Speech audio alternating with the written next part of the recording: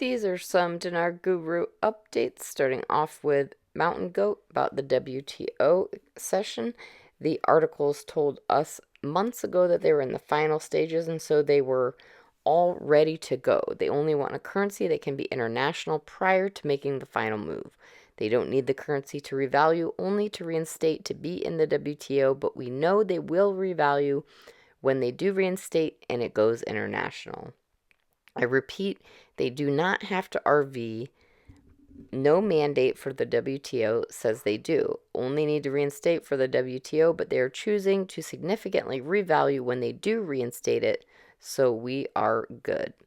Frank 26 question, is Article 8 needed? Frank says Article 8 will automatically come on once Article 7 is official. In other words, it's the next step they walk into under the United Nations Security Council. Militiaman says it's amazing that what we're talking about is specifically being readdressed in a little more blunt and accurate manner. Security, stability, combating corruption, supporting investment in Iraq.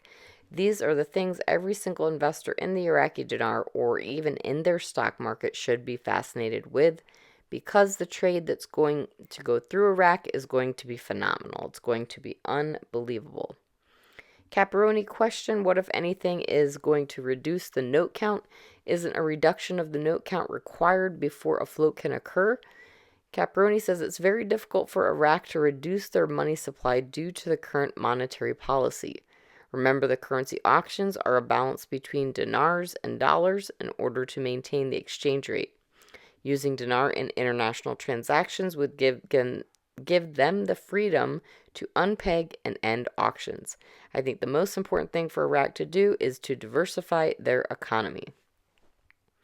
Mark Z via PDK question, does the RV revaluation have to happen before Iraq ascends to the World Trade Organization on October 4th?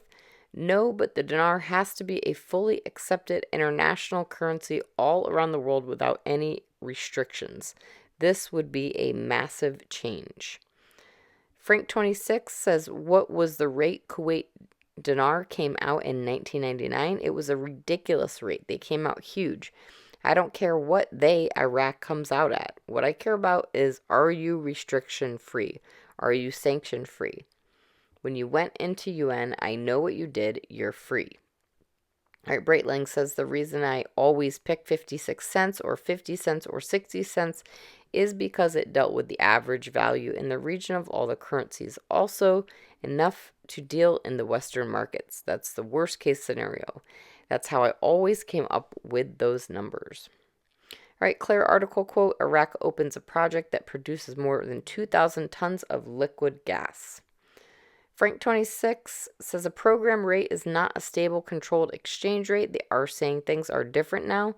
They are secure and stable. We do have international standards established. And lastly, Mark Z via PDK says, I continue to hear we will not have taxes on this exchange. I suggest everyone plans on having taxes, but hopefully there will be none.